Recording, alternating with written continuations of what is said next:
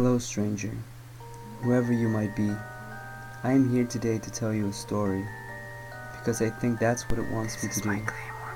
A story that might scare you, or it might not. What you can know for certain is that this story is 100% true. You might not believe me, perhaps, and think I'm just making this up as a silly bedtime story to frighten you a little. But I assure you, it's most definitely real. But let's not delay this any longer, for it's urgent that you hear me out, so you can be prepared in case this problem ever comes your way. The year is 2015. I state the year in case whoever is reading this found this someday in the future. My story began yesterday night. It was a quiet, boring night, much like most of my nights tend to be. I was checking my Instagram and listening to some nice tunes on my computer, as I do most of my nights when I'm not out partying or just socializing with my friends, as I always love to do. I was just relaxing and having some me time when I logged into my Facebook to see if anyone had messaged me in this group we have. It's a group we called Pimpilinchi. It was just a silly group me and my friends made to discuss things and call each other names once in a while, but with no mean intention whatsoever. It was all fun and games. We were discussing this new trend called the whip, a new type of dance that everyone was doing. It has become very popular, but never mind that. Let's not get carried away from the main objective here, that is, me telling you my story. We were discussing that among various other subjects when suddenly one of our friends decided to share a picture that seemed to be a hairy boy bent over and his rear end was showing. I chuckled because it was quite a funny picture, and so did the rest of my friends. We then asked that friend why he sent that picture. He simply said, I needed to get rid of it somehow. I thought, well, he probably just wanted to share it and make us laugh, without really paying further attention to it. I just deleted the picture from my computer and then I emptied my recycle bin as well. We kept talking for several hours until eventually we all got tired and decided to go to bed. This morning I woke up and started to get ready for the day I had ahead of myself. I took a shower and prepared my breakfast as usual.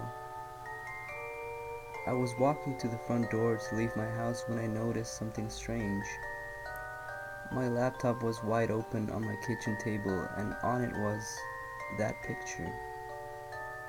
That picture of the boy bending over. What?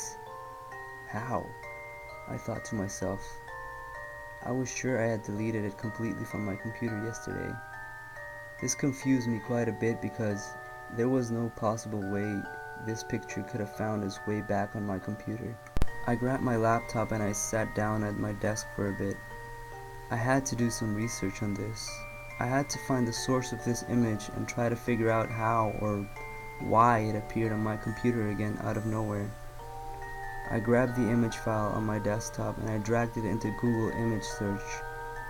The feature Google has that gives you the option to drag a picture into the search bar and it shows you identical or similar pictures. I tried this. A single link to a website popped up with a rather strange URL. The URL read kabeidinsanka.com. It must have been in some type of dialect or foreign language because I didn't understand what it meant. Disregarding what language it was in, I decided to click on the link. As soon as the website started to load, my monitor went completely black, and a message popped up in the middle of the screen in that vintage MS-DOS green font. You should have not come here, was the message. I started to feel a bit uneasy, a bit worried.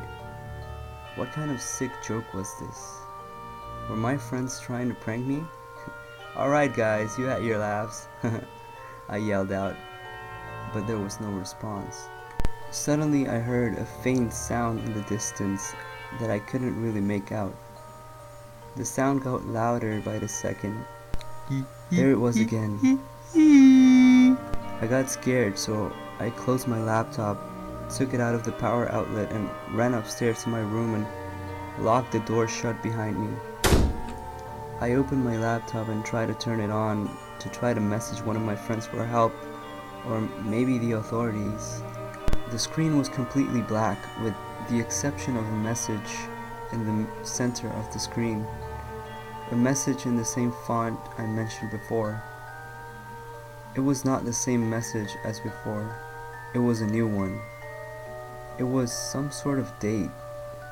And under the date there was this notepad. The notepad I am using to write this to you right now. I feel as this is my last purpose. The only thing left for me to do. Even though I am very afraid of what might or might not happen to me. I just wanted someone to know my story, or at least be warned. The date on top of the notepad stares at me as I write this. Last seen, 9 p.m. it says. It's 8:59 p.m. at the moment. I'm sitting here, waiting.